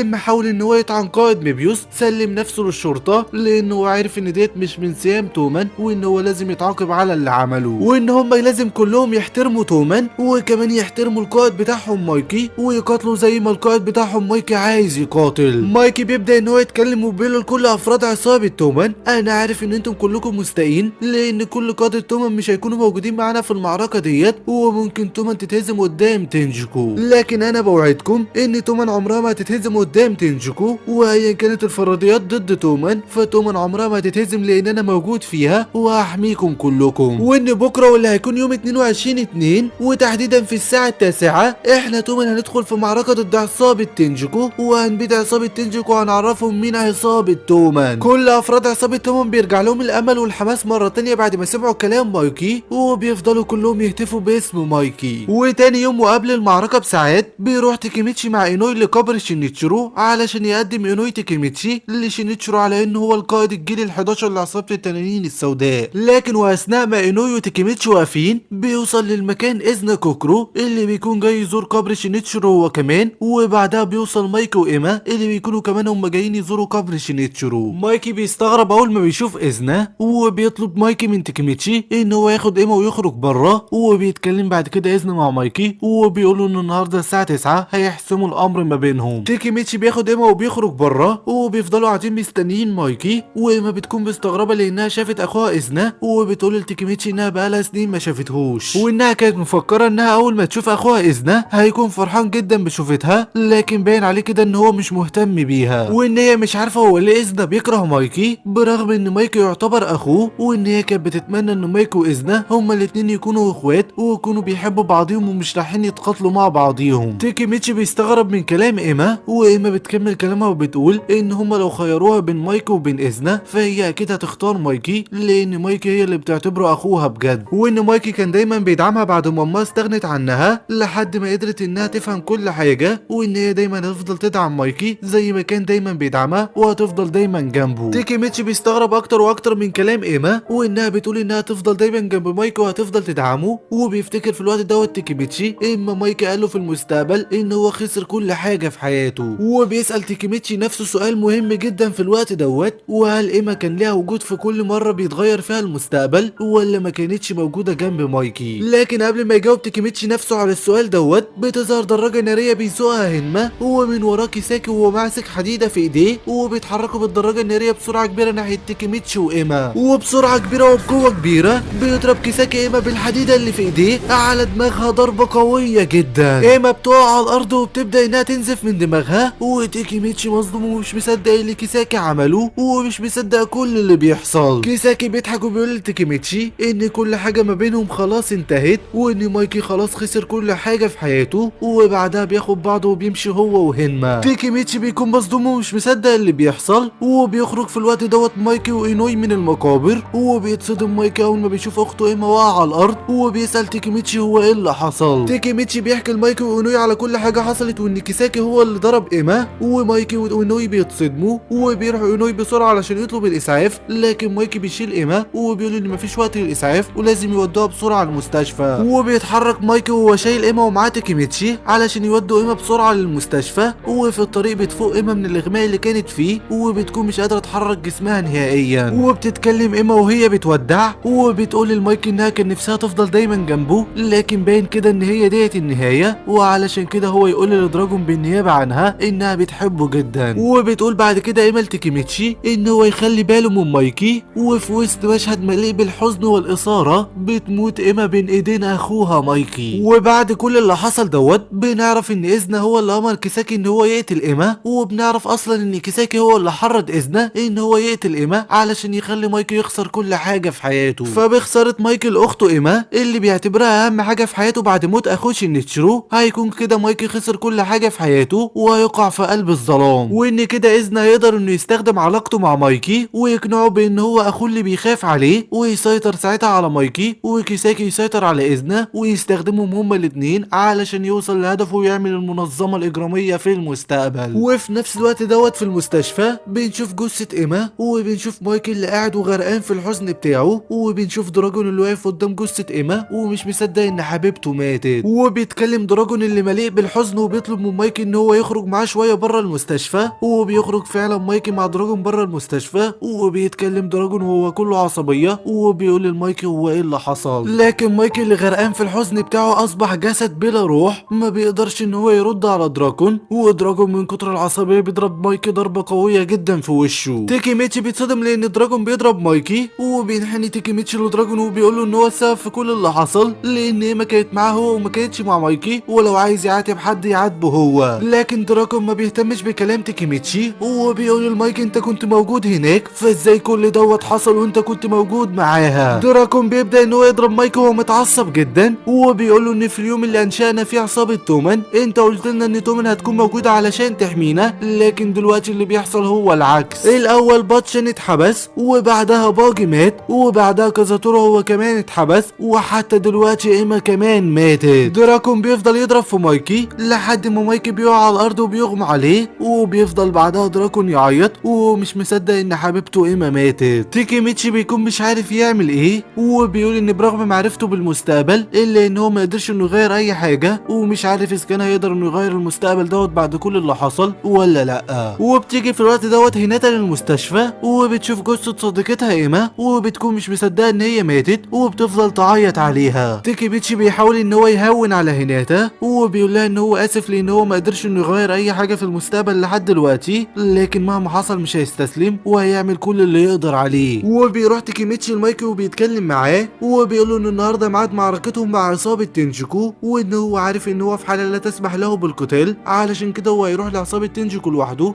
وهيقاتلهم لوحده وينتقم من كيساكي على اللي عمله. وبيخرج تيكيميتشي من المستشفى وبيروح لمقر تومان اللي بيكون مجتمع فيه كل افراد تومان، ومستنيين مايكي ان هو يجي ويقودهم للمعركه ضد عصابه تنجيكو. وبيقف تشوفيا وتيكيميتشي على المنصه قدام كل افراد تومان، وبيتكلم تشوفيا مع كل افراد تومان بعد ما عرف كل حاجه من تيكيميتشي، وبيقول لهم على كل اللي حصل مع القائد بتاعهم وكمان النائب بتاعه. كل افراد عصابه تومان بيتصدموا بعد ما بيسمعوا كلام تشوفيا، وبيقولوا ان هم لازم ياجلوا معركتهم مع عصابه تنجيكو لوقت تاني بما ان القائد بتاعهم مايكو ونائبه مش موجودين. لكن تيكيميتشي بيتكلم وبيقول لكل افراد تومان ان حتى لو القائد مايكو وكمان نائبه مش موجودين، فاحنا برضك هنخوض المعركه ضد عصابه تنجيكو، ومش لازم عصابه تومان تتراجع. افراد عصابه تومان اول ما بيسمعوا كلام تيكيميتشي دوت بيفضلوا يتريقوا عليه وبيقولوا له مش معنى ان انت قائد الفرقه الاولى فانت قائد العصابه كلها، وان احنا مش هنتحرك ابدا من هنا ولا هنروح نقاتل تنجيكو الا بوجود القائد بتاعنا مايكي. افراد عصابه تومان بيبداوا ان هم ينسحبوا من المكان ويمشوا، وبيقولوا ان هم مش هيجوا للمكان دوت الا لما يكون القائد بتاعهم او نائبه موجود. تيكيميتشي بيتضايق من اللي بيحصل وبيقول لتشوفيا ان في حال هم اتقاتلوا دلوقتي مع عصابه تنجيكو او قتلوها في اي وقت تاني، ففي كلا الحالتين الامر بايد كيساكي وكل حاجه في صالح كيساكي دلوقتي، لكن مهما حصل مش هتراجع بعد ما وصلت للحد دوت، وهروح اقاتل عصابه تنجيكو واقاتل كيساكي حتى لو هقاتلهم لوحدي. تشوفيا بيفهم كلام تيكيميتشي وبيقول ان هو هيروح معاه ويقاتل معاه ضد عصابه تنجيكو ومش هيسيبه ابدا لوحده، وكل اصدقاء تيكيميتشي بيقولوا له كمان ان هم هيروحوا معاه وهيقاتلوا مع عصابه تنجيكو. وبيوصل في الوقت دوت للمكان اسماعيل وموتسويا بعد ما خرجوا من المستشفى، وبيقولوا لتيكيميتشي ان هو مش لازم يشيل عبء تومان لوحده، وان انجرا وهاكا هيروحوا معاه برضك للمعركه ديت. وبيتكلم تشوفيا باعلى صوته مع كل افراد عصابه تومان اللي لسه موجودين في المكان، وبيقول لهم ان كل المعطيات ضد عصابه تومان في المعركه ديت، لكن لو اتراجعوا فعصابه تومان هتنتهي للابد. كل افراد تومان اللي كانوا من شويه ما كانوش عايزين يروحوا مع تيكيميتشي بعد ما بيشوفوا ان ميتسويا واسماعيل بيشجعوا تيكيميتشي، وكمان كلام تشوفيا دوت بيقرر معظمهم ان هو يروح مع تيكيميتشي، وبيعينوا تيكيميتشي القائد المؤقت لعصابه تومان. وبيتحرك تيكيميتشي ومعاه كل نواب قاده تومان و50 فرد من تومان اللي قرروا ان هم ينضموا لتيكيميتشي. وفي نفس الوقت بنشوف إذنا وكيساكي وكل افراد عصابه تنجيكو اللي قاعدين مستنيين افراد عصابه تومان ان هم يوصلوا، وبيفضل افراد عصابه تنجيكو يتفخروا بنفسهم وهم قاعدين، وبيقولوا ان مستحيل مايكي يجي للمعركه ومستحيل اصلا تومان تيجي، وان تومان اتهزمت من قبل ما المعركه تبدا. لكن على عكس ما افراد عصابه تنجيكو متوقعين، بيتفاجئوا بوصول افراد عصابه تومان للمكان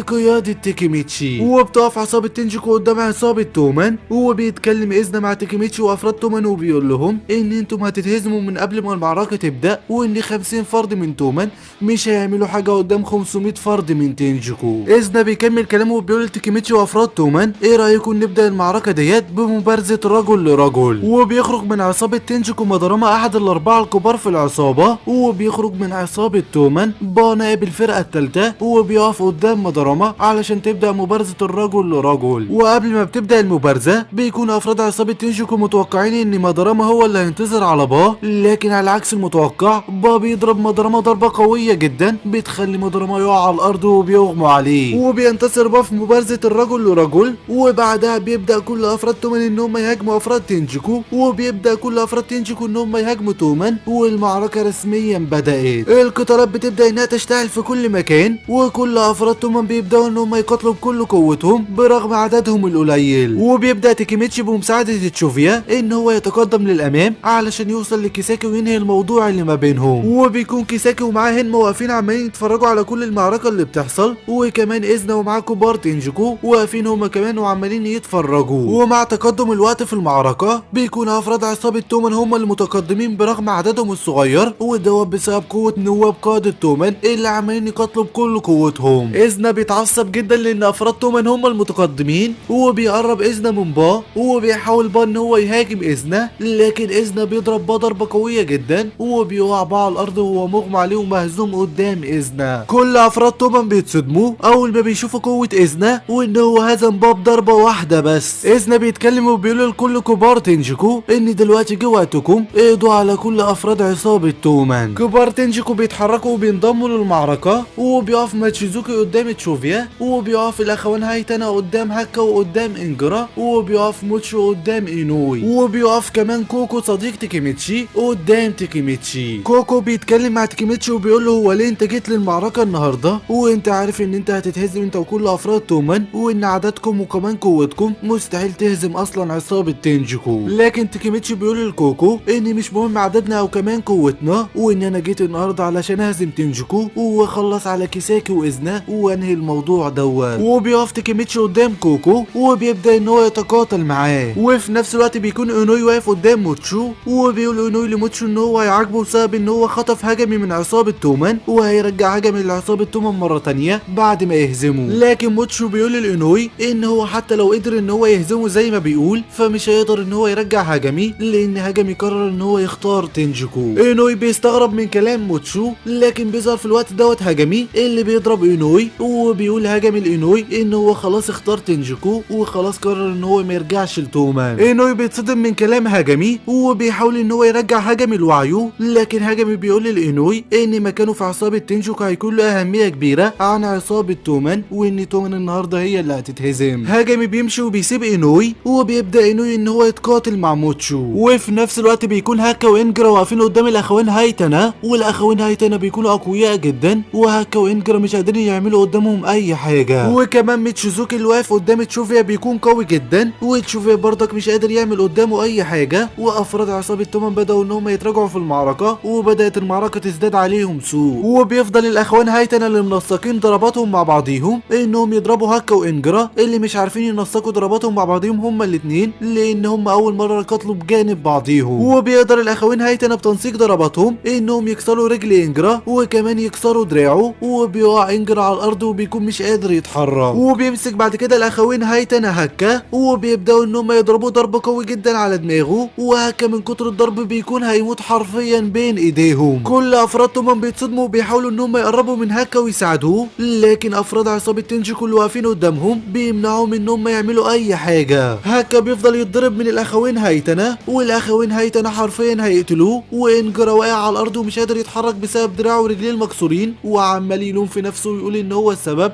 لان هو ما قدرش انه ينسق حركاته مع هاكا وان هاكا هيموت بسببه. وفجأة انجرا بيبدأ ان هو يعيط، وبيقول الاخوين هايتانا ان هم يبعدوا بعيد هاكا وان هم كده هيقتلوه. الاخوين هايتانا بيستغربوا من اللي انجرا بيقوله، وان هو كمان بيعيط زي الاطفال، لكن انجرا بيقف على رجله المكسورة وبيبدأ ان هو يتحرك ناحية الاخوين هايتانا وهو شكله مرعب. واحد من الاخوين هايتانا بيقرب من انجرا وبيحاول ان هو يهاجمه، لكن انجرا بسرعة كبيرة بيضرب الاخ دوت ضربة قوية جدا بتخليه يقع على الارض وبيغمى عليه، وبعدها بيقرب انجرا من الاخ التاني وبيضربوا نفس الضربة القوية اللي ضربها لاخوه وبيوقعه هو كمان على الارض، وبيتهزم الاخوين هايتانا قدام انجرا. كل افراد تنجيكو بيتصدموا من قوة انجرا اللي ظهرت فجأة وهزمته للاخوين هايتانا بكل سهولة. ميتشيزوكي اللي بيتقاتل مع تشوفيا بيسيب تشوفيا وبيروح ناحية انجرا وبيحاول ان هو يهاجمه، لكن انجرا بيضرب ميتشيزوكي ضربة قوية جدا وبيهزمه هو التاني زي الاخوين. افراد تنجيكو بيتصدموا اكتر واكتر، وموتشو بيقرب من انجرا وبيحاول ان هو يهاجمه هو التاني، لكن انجرا بيضرب موتشو وبيهزمه هو كمان زي ما هزم اللي قبله، وبيتهزم كل افراد تنجيكو الاقوياء الاربعة الكبار قدام انجرا اللي اتحول لوحش حرفيا وخلص عليهم كلهم. وبنفهم في الوقت دوت ان قوة انجرا ازدادت كده فجأة، لان هو ما بيعيط بيفقد وعيه نهائيا وبيخلص على كل اللي قدامه وقوته بتزداد 100 ضعف. المهم انجرا بيرجع لطبيعته بعد ما خلص على كل كبار تنجيكو، وتيكيميتشي والباقيين وكل افراد تومان بيكونوا مذهولين جدا من اللي هو عمله، وبيقف تيكيميتشي وتشوفيا والباقيين بجانب بعضيهم وبيقولوا ان هم جيهم النهارده علشان ينتصروا. لكن كوكو بيتكلم وبيقول لتيكيميتشي والباقيين ان انتم مش محتاجين تقولوا ان انتم هتنتصروا، لان انتم خلاص اصلا اتهزمتم. بصوا كلكم حواليكم هتلاقوا ان كل افراد تومان كلهم مهزومين، ومش باقي بس غيركم انتم اللي قادرين تقفوا. وفعلا كل افراد تومان اللي هم ال50 فرد اللي تيكيميتشي جه بيهم للمعركه كلهم واقعين على الارض ومش قادرين ان هم يتحركوا، وكل افراد تومان تمت هزيمتهم، ومش باقي بس غير تيكيميتشي واللي معاه. كوكو بيكمل كلامه وبيقول انا هو كوكو كبير كبار تنجيكو، هنهي المعركه ديت وهخلص على افراد تومان اللي لسه قادرين ان هم يقفوا. كوكو بيتحرك بسرعه كبيره وبيهاجم تشوفيا والباقيين اللي قادرين ان هم يقفوا، وبيوقعهم كلهم على الارض وهم مهزومين، وبيقف قدام تيكيميتشي اخر واحد من افراد تومان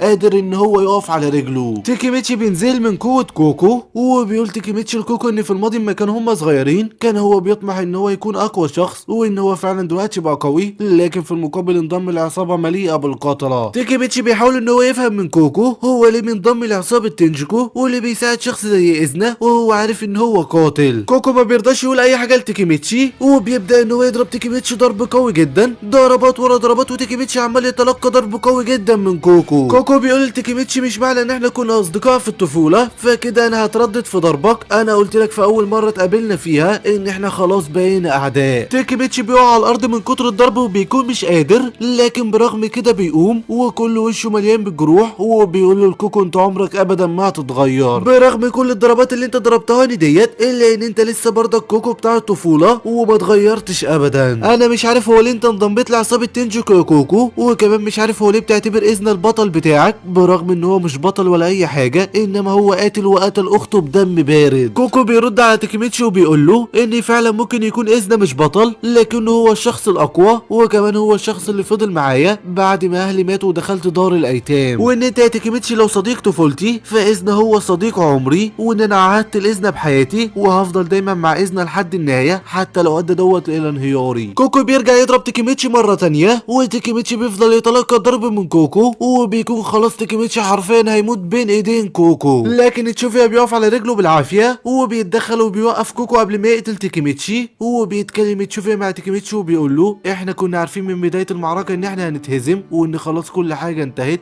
وتومان خلاص اتهزمت، لكن تيكيميتشي بيزعق في تشوفيا وبيقول له ان تومان لسه ما اتهزمتش، وان هو طالما لسه قادر انه يقف على رجله ولسه بيتنفس فتومان عمرها ما هتتهزم ابدا. تشوفيا وكل الموجودين بيستغربوا على اصرار تيكيميتشي على عدم الاستسلام برغم الحاله اللي هو فيها. تيكيميتشي بيكمل كلامه وبيقول لكوكو يلا كمل ضرب فيا زي ما عمال تضرب، ووريني ازاي هتهزمني لو كنت قادر فعلا تهزمني، ووريني ازاي هتقتلني زي ما انت بتقول. كوكو بيستغرب من كلام تيكيميتشي، وتيكيميتشي بيقول لكوكو ان انت عمرك ابدا ما هتتغير ولا هتقدر تقتلني وكمان ولا هتقدر تهزمني. كوكو فعلا بيتراجع وما بيرضاش يضرب تيكيميتشي مره تانية، وفي الوقت دوت بيتدخل كيساكي اللي بيقول لكوكو ان هو يبعد طريقه، وبيقول لتيكيميتشي ان كل حاجه لازم تنتهي. كيساكي بيرفع مسدس وبيحطه على راس تيكيميتشي وبيقول له بما ان تومان مش هتتهزم طول ما هو بيتنفس فباختصار هو لازم يموت. كل الموجودين بيتصدموا من اللي كيساكي بيعمله وان هو هيقتل تيكيميتشي، وتيكيميتشي برغم ان المسدس محطوط على راسه الا ان هو بيكون مش خايف ابدا،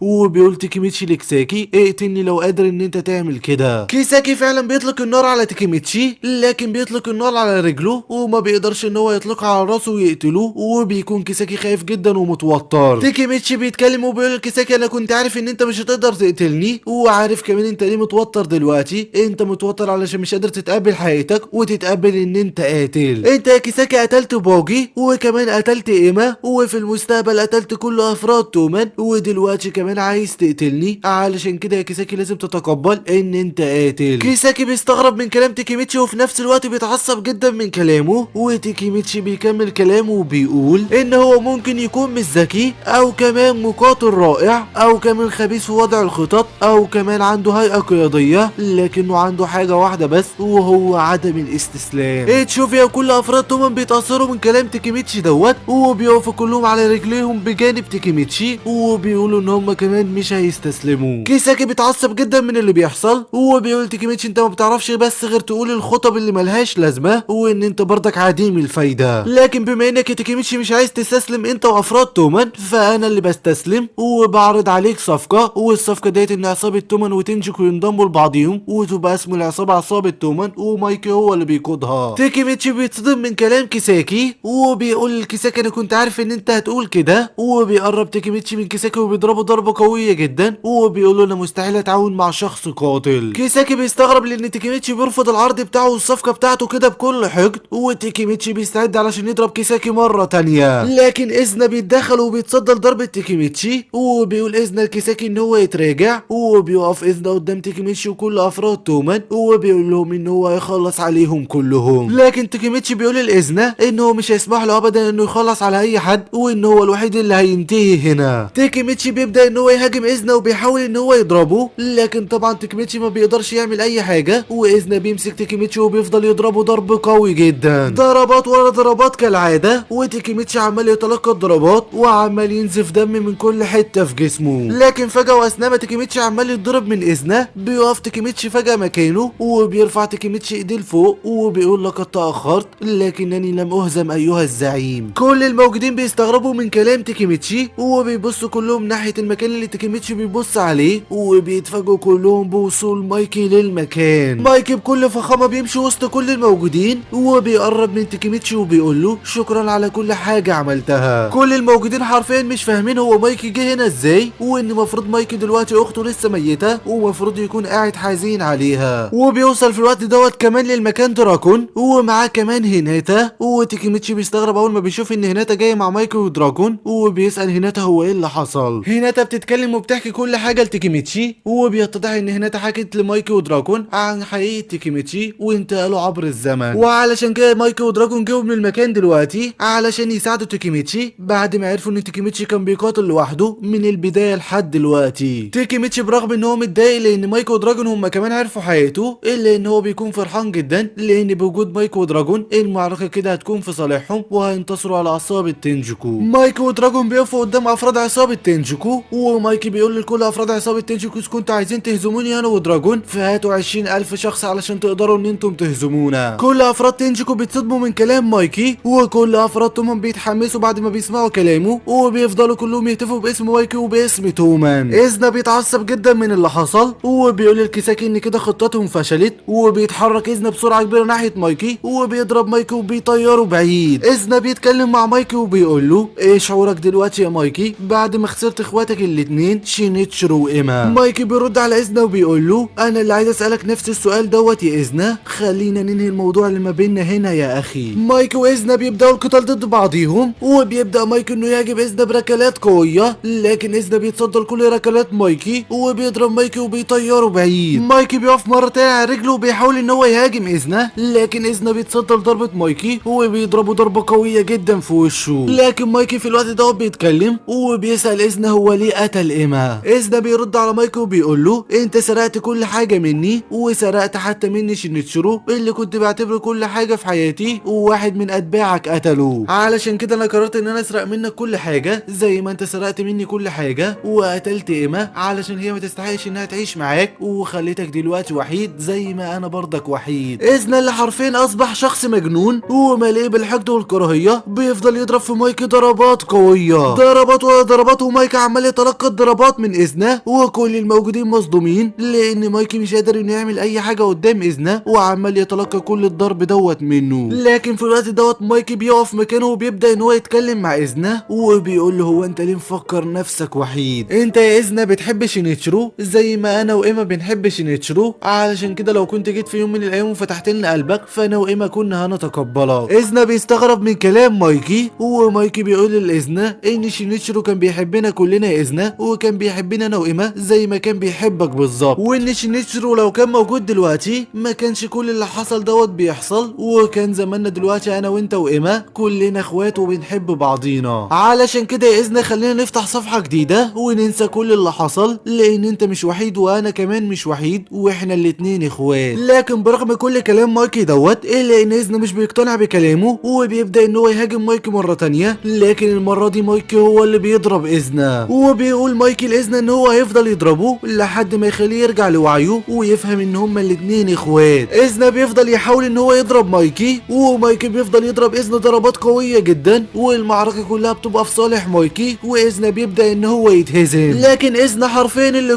جنونه مش راضي يتقبل ان هو اتهزم، وبياخد إذنا المسدس من كيساكي وبيرفعه في وش مايكي، وبيقول لمايكي ان هو هيقتله. كل الموجودين بيتصدموا من اللي إذنا بيعمله ان هو هيقتل مايكي، ومايكي بيقول لإذنا اسكان دوت هو اللي هيرضيك فاعمله، وإذنا من كتر الجنون خلاص هيدوس على الزناد وخلاص هيقتل مايكي. لكن في الوقت دوت بيتدخل كوكو وبيوقع المسدس من ايد إذنا قبل ما إذنا يقتل مايكي، وبيقول كوكو لإذنا ان خلاص كل حاجه انتهت وان تنجكو اتهزمت. إذنا بيتعصب جدا من اللي كوكو عمله، وبيقول له ازاي واحد وضيع زيك يعترض طريق القائد بتاعه، وبيزعق إذنا في كل افراد عصابه تنجكو، وبيقول لهم قوموا يلا وقاتلوا واقتلوا كوكو لان هو اعترض طريقي. كوكو بيتصدم من اللي إذنا بيقوله، وبيزعق في إذنا وبيحاول ان هو يفوقه من اللي هو فيه، وبيقول له ان هو لازم يتقبل كل اللي بيحصل وان هو اتهزم وخلاص تنجكو كمان اتهزمت. لكن واثناء ما كوكو بيحاول انه يفوق إذنا من اللي هو فيه، كيساكي بيمسك المسدس وبيضرب كوكو بالنار، وبيقول لكوكو انت مزعج جدا. وفي وسط صدمة الجميع باللي حصل لكوكو واللي كيساكي عمله، بيتكلم كيساكي وبيقول ان هو عارف ان بعد النهارده مش هيقدر ان هو يسيطر على مايكي مرة تانية، علشان كده إذنا هو الشخص الوحيد اللي يقدر يسيطر عليه دلوقتي. علشان كده يا كوكو لا تعترض الحاجات اللي إذنا بيعملها، وما تحاولش ان انت تدمر اللي انا بعمله. كوكو بيتضايق جدا من كلام كيساكي، وبيقول انا عارف ان انت كنت بتسعى لاهدافك الشخصية، وبيقف كوكو على رجله وهو متصاب، وبيحاول ان هو يهاجم كيساكي، لكن كيساكي بيطلق طلقة ورا التانية على كوكو علشان يقتله. لكن المفاجأة والصدمة ان إذنا هو اللي بيقف قدام الطلقات بتاعت كيساكي، وبيتلقى الطلقات بدل كوكو، وبيقع إذنا على الارض وهو بينزف، وكوكو بيقع معاه. كل الموجودين بيتصدموا من اللي حصل، وحتى كيساكي هو كمان بيتصدم، وبيقول لإذنا هو انت اللي بتحميه، مفروض انت الزعيم اللي بتحكمنا كلنا، وواحد زي دوت مفروض ما تحميهوش. إذنا بيبدأ انه يلقط انفاسه الاخيرة، وكوكو بيكون مصدوم، وبيقول لإذنا هو انت اللي دافعت عني، وما كانش لازم ان انت تعمل كده، وان انت كده هتموت. إذنا بيرد على كوكو وبيقول له ان جسده تحرك من تلقاء نفسه، وان هو ما كانش ينفع يسيبه يموت لان هو اعز صديق عنده واعز ما يملك في حياته. كوكو بيتفاجئ من اللي إذنا بيقوله، وإذنا بيقول لكوكو ان انت الشخص اللي كنت موجود معايا دايما، علشان كده مستحيل ان انا اخسرك. وبيتكلم إذنا بعد كده مع مايكي، وبيقول له ان عصابة تنجكو خلاص اتهزمت، وان هو عايز يطلب منه ان هو يسامحه على كل حاجة عملها. مايكي بيقول لإذنا ان هو اكيد مسامحه على كل حاجة عملها، لان هو في النهاية اخوه. افراد عصابة تنجكو بيطلبوا بسرعة الاسعاف علشان يلحقوا انهم ينقذوا كوكو وإذنا قبل ما يودعوا، لكن خلاص بيكون فات الاوان، وإذنا بيلقط انفاسه الاخيرة بيموت، وكوكو بيتصدم وبيكون مش مصدق ان صديقه عمره مات قدام عينيه، وبيقرب كوكو من إذنا وبيموت هو كمان. وفي وسط حزن الجميع وفي لحظات مليئة بالحزن على موت كوكو وإذنا، بيتكلم مايكي مع كل افراد عصابة تنجكو وافراد عصابة تومان،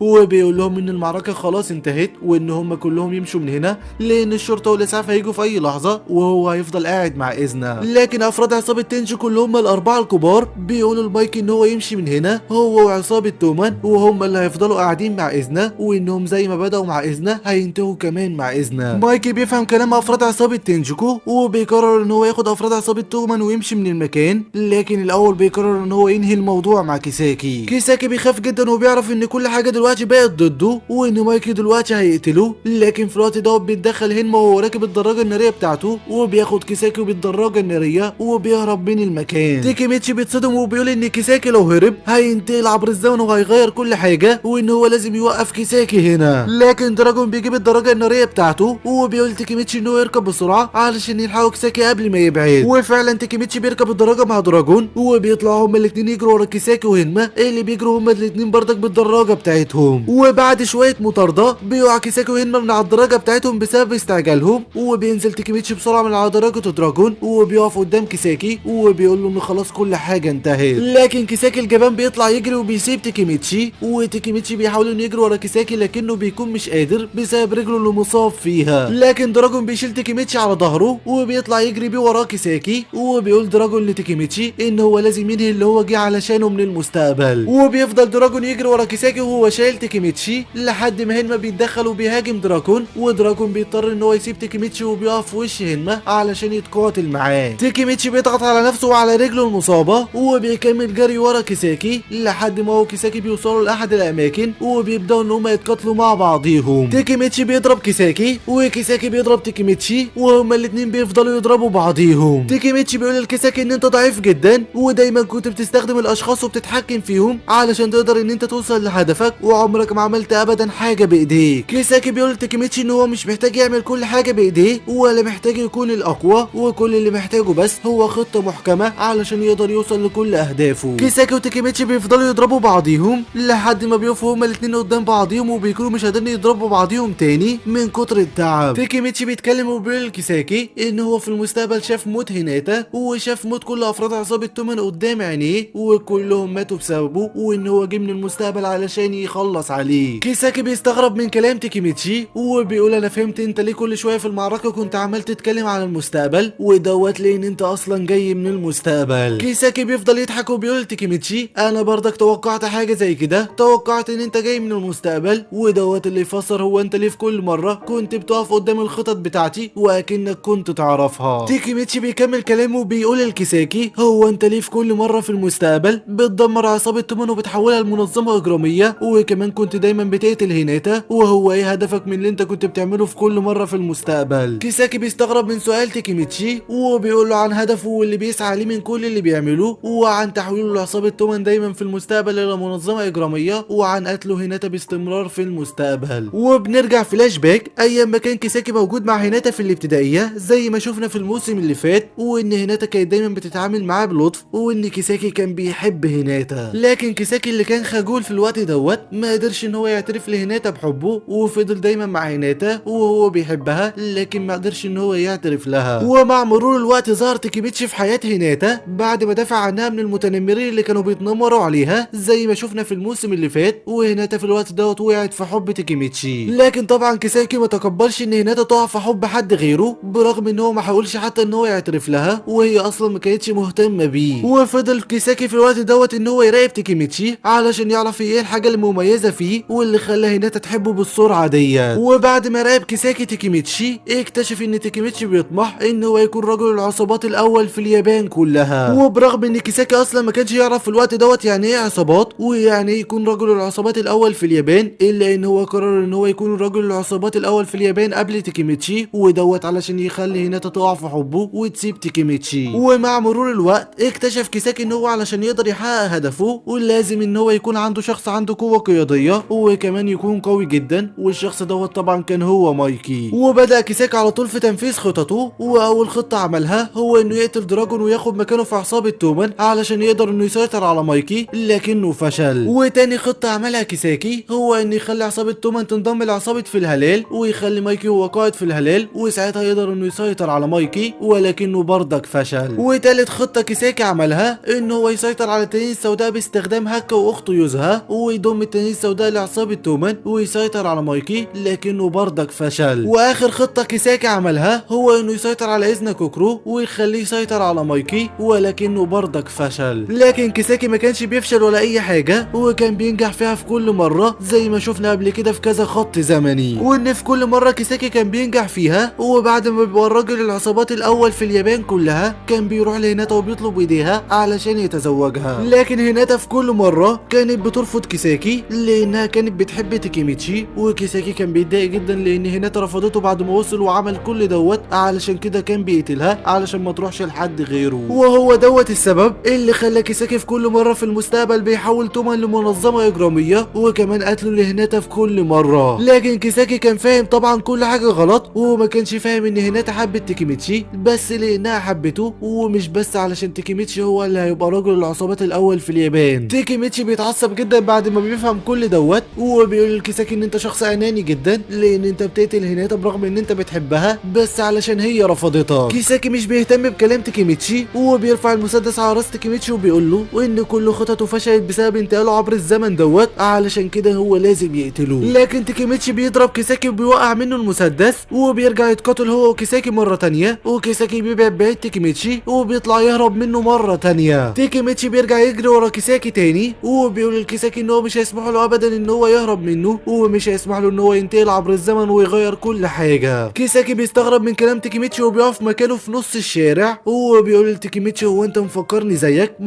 زيك بنتقل عبر الزمن ولا ايه؟ انا مش زيك يا تيكيميتشي شخص جبان بيشوف المستقبل حصل ايه فيه وبعد كده بيرجع يغير الماضي. انا مش بنتقل عبر الزمن، انا كنت بعمل كل الخطط ديت وخططت كل الخطط ديت، وانا ذات نفسي كيساكي بتاع الزمن دوت. تيكيميتشي بيتصدم بعد ما بيسمع كلام كيساكي، وبيعرف ان استنتاجاته في حوار ان كيساكي بينتقل عبر الزمن زيه طلعت غلط، وان كيساكي خطط لكل حاجه من غير ما ينتقل عبر الزمن. كيساكي بيضحك على غباء تيكيميتشي ولسه هيكمل هروب، بتظهر عربيه بيسوقها راجل نايم على نفسه، بيخبط كيساكي بالعربيه بتاعته والعربيه بتعمل حادثه وبيوقع كيساكي على الارض. تيكيميتشي بيتصدم من اللي حصل، وكيساكي بيحاول ان هو يقوم علشان يكمل هروب، لكن بيتفاجئ ان هو مش قادر يقوم ومش قادر انه يحرك اي حاجه في جسمه، وان كل اعضاء جسمه اتكسرت. وفي لحظه مليئه بالحزن كيساكي بيفتكر كل حاجه عملها وهو بيعيط، وبيقول ان هو مش عايز يموت، وبينزف كيساكي دم من كل حته في جسمه وبيموت كيساكي. تيكيميتشي بيكون مصدوم من اللي حصل وبيفضل واقف مكانه من كتر الصدمه، وبيجي بعد كده مايكي وهيناتا وبيتصدموا هما كمان اول ما بيشوفوا جثه كيساكي. وبنشوف بعد كده هينما اللي اتهزم هو كمان على ايد دراكون، وبيعترف هينما بقوه دراكون الاسطوريه. وبعد كل اللي حصل دوت انتهت المعركه بين عصابه تومان وعصابه تنجوكو، واللي اتسمت بعد كده بملحمه كانتو. ملحمه كانتو هي المعركه التي تقاتل فيها 500 فرد من عصابه تنجوكو ضد 50 فرد من عصابه تومان، وانتصرت تومان في النهايه، وانتهت المعركه بخسائر فادحه، موت 3 اشخاص ودخول شخص المستشفى في حاله حرجه، واعتقال 5 اشخاص. الاشخاص اللي ماتوا هما ايزنا كوكرو وكيساكي تنتا وايما اخت مايكي، والشخص اللي دخل المستشفى هو صديق تيكيميتشي كوكو واللي اتضح ان هو لسه عايش، والاشخاص ال5 اللي اتحبسوا هم افراد تنجوكو الكبار. ومع بدايه يوم جديد